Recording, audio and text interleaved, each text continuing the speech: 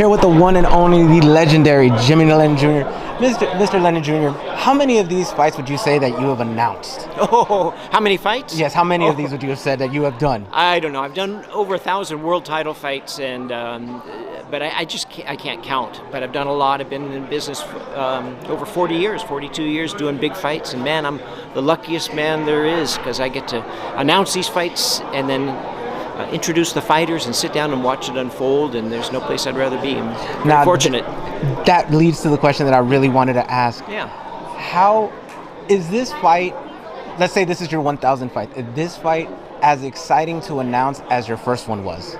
Oh, that's a pretty good question. Better than you think, because for me, I kind of have this problem where I feel like my whole career is based on what I do in the latest. So, you know, I'm excited about this fight. It's a great showdown, and I want to give honor to the fighters and the event itself.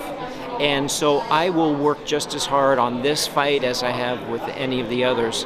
As I said, to give honor to the event and the fighters. And so, you know, I'm excited about this fight. And, you know, it's not often we have, you know, David Benavidez and David Morrell, both undefeated, both young, you know, holding title belts in two weight divisions and current as well.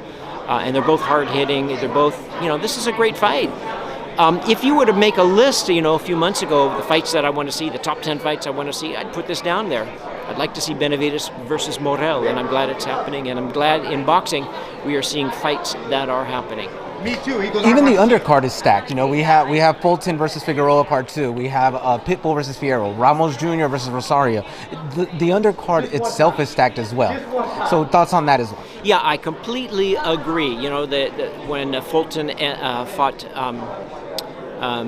Figueroa in 2021, it was one of the great fights of the year. There was non-stop action, and they're going to do it again in this now upper featherweight division. You know, there's a lot of bad blood, I think, also in with Fierro and Cruz. I mean, you could see that in the weigh-in. Even with the fans. Absolutely with the fans.